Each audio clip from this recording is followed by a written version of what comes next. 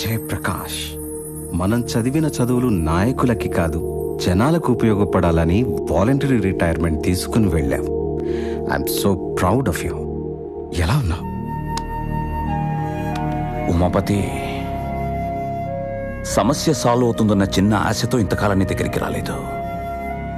రైతుల్ని చంపేస్తుంటే చూస్తూ ఉండలేక యాజ్ అ సీఎస్ గా నువ్వేదో ఒకటి చేస్తావన్న నమ్మకంతో ఇప్పుడు రావాల్సి వచ్చింది. చంపడమా? ఎవర్రా? వైరం ధనుష్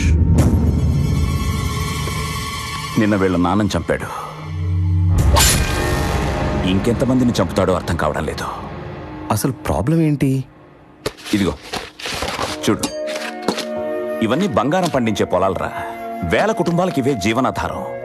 ఇప్పుడు ఇవన్నీ ఆయిల్ రిఫైనరీకి పైప్ లైన్స్ వేయడానికి కావాలంట. ఆ కంపెనీల దగ్గర వేల కోట్ల ముడుపులు తీసుకుని వేల కడుపులు కొడుతున్నారా. ఎయిర్పోర్ట్ కట్టడానికి ల్యాండ్స్ తీసుకోమను, ఇద్దాం. డెవలప్మెంట్ కావాలి కాబట్టి. రోడ్లు వేయడానికి ల్యాండ్స్ తీసుకోమను, ఇద్దాం. జనానికి ఉపయోగపడుద్ది కాబట్టి. ఫ్యూచర్ జనరేషన్స్ బాగుంటాయి అంటే ఏదైతే నా పొలమే కాదురా, ఇళ్ళు వదులుకోవడానికి కూడా సిద్ధమే. కానీ ఇక్కడ తవ్వి ఎక్కడికో తీసుకెళ్లే ఆయిల్ కోసం వీళ్ళు త్యాగాలు చేయడం ఏంటి? ఒక వ్యక్తి ప్రయోజనం కోసం నీరు కాలుష్యం, గాలి కాలుష్యం, భూమి కాలుష్యం అయిపోతుంటే ఎలా ఊరుకుంటారా? బాధాకరమైన విషయం ఏంటంటే ఈ ప్రైవేట్ కంపెనీల విషయంలో సీఎం కొడుకు ఇన్వాల్వ్ అవడం వల్ల ప్రభుత్వం నుంచి ఏ ఒక్కరూ రియాక్ట్ కావడం లేదు. కారు, నేను కూడా. నా మాట విని నువ్వు ఇంతటితో వదిలే. సీఎం అతనికి బలమని నువ్వు అనుకుంటున్నావా? కాదు, కొడుకే సీఎంకి బలం. అంతెందుకు, నువ్విక్కడున్న విషయం ఆల్రెడీ అతని టేబుల్ మీద ఉంది. అది వాడి పవర్. సరే సరే, ఇది నేను చూస్తాను. ఎప్పుడు జనం సమస్యలేనా? అమ్మాయి పెళ్లి గురించి ఏమైనా ఆలోచిస్తున్నావా? తల్లి లేని పిల్లరా, అలా పట్టించుకోకపోతే ఎలా? ఏదైనా ఉంటే నువ్వే చూడరా.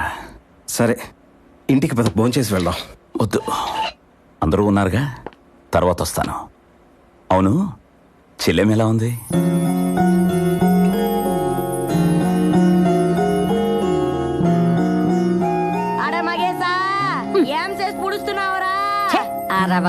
అరవగాల పెళ్ళ ఇన్నేళ్ళైనా తెలుగు అబ్బి సావలా.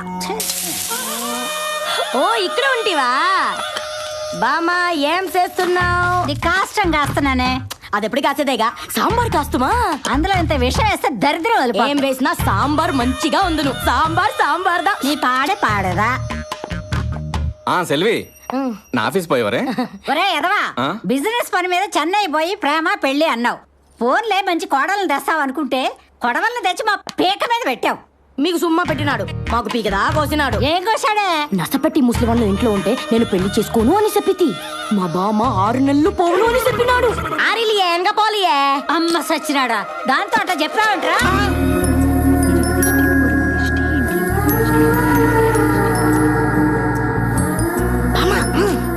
బారికి పై వచ్చిన దిష్టి, బయటికి పై వచ్చిన దిష్టి.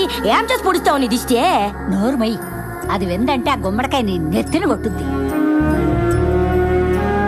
వాణ్ణి కన్నది పెద్దాడే అయినా వాణ్ణి పెంచింది వాళ్ళిద్దరూ. వాడి మీద ప్రేమతో వీళ్ళు పిల్లల్ని కంటమే మానేశారు.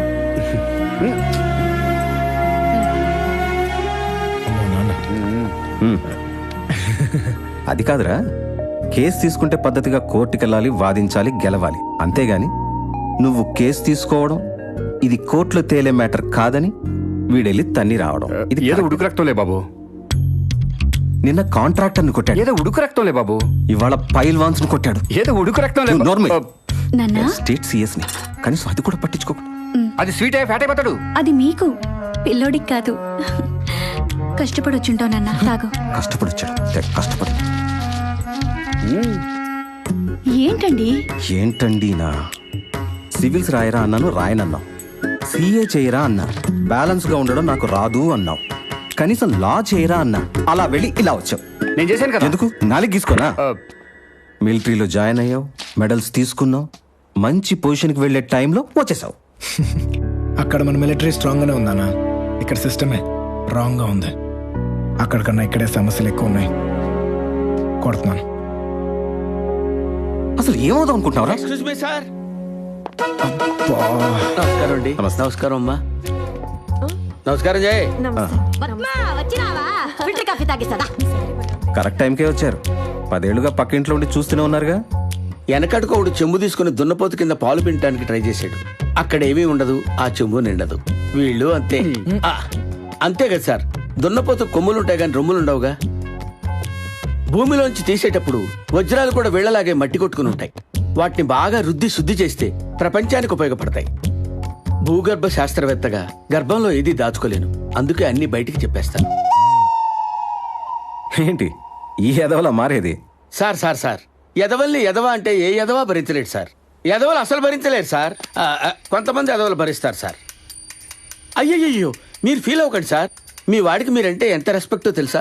మొన్న మా ఇంటి ముందు నిలబడి 7వ సిగరెట్టో 8వ సిగరెట్టో కాలుస్తున్నాడు సార్. అంతలో మీ కారు చాగింది. వెంటనే సిగరెట్ కింద పడేసి ఎడంకాలతో దాన్ని కసకసా నలిపేసి పక్కనున్న తులసి మొక్క నుంచి 4 ఆకులు తీసుకుని నోట్లేసుకుని కసకసా నవ్వులుతూ మీ ముందుకు వచ్చి నిలబడ్డాడు సార్, స్మెల్ రాకుండా. చూడు నాన్న, హుస్సేన్ సాగర్లో బుద్ధుడి బొమ్మ ఒక చెయ్యి పొట్ట మీద ఒక చెయ్యి పైకి చూపిస్తూ ఉంటుంది. దాని మీనింగ్ ఏంటో తెలుసా? ఆ నీళ్ళు పొట్టలో పోతే పైకి పోతారని. అబ్బా, మీ వాడికి పిచ్చ క్లారిటీ ఉంది సార్. ఆ జోకులు ఆపు, ఆయన చూసి నేర్చుకోండి. సారీ సార్, నేనంత గొప్పవాడిని కాదు. ఊటీ తవ్వకాల్లో శిలలు బయటపడ్డాయి. వాటిని టెస్ట్ చేసి నేను సర్టిఫై చేసి రావాలి.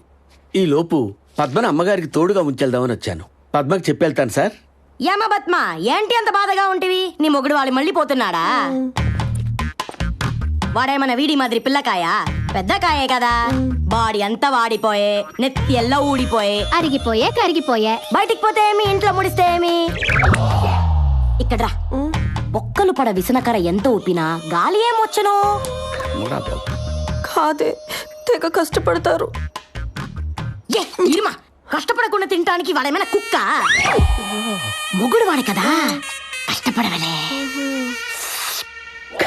బాబు, ఓహో, మీ అమ్మలాగా తయారవుతావు. మీరనడమే కాకుండా అందరితో అనిపిస్తున్నారండి. ఇదేం బాలేదు. రేగడా, ఇలా రారా. ఏనా ఖమ్మంలో జయప్రకాష్ అంకుల్ ఉన్నారు, ఐడియా ఉందిగా?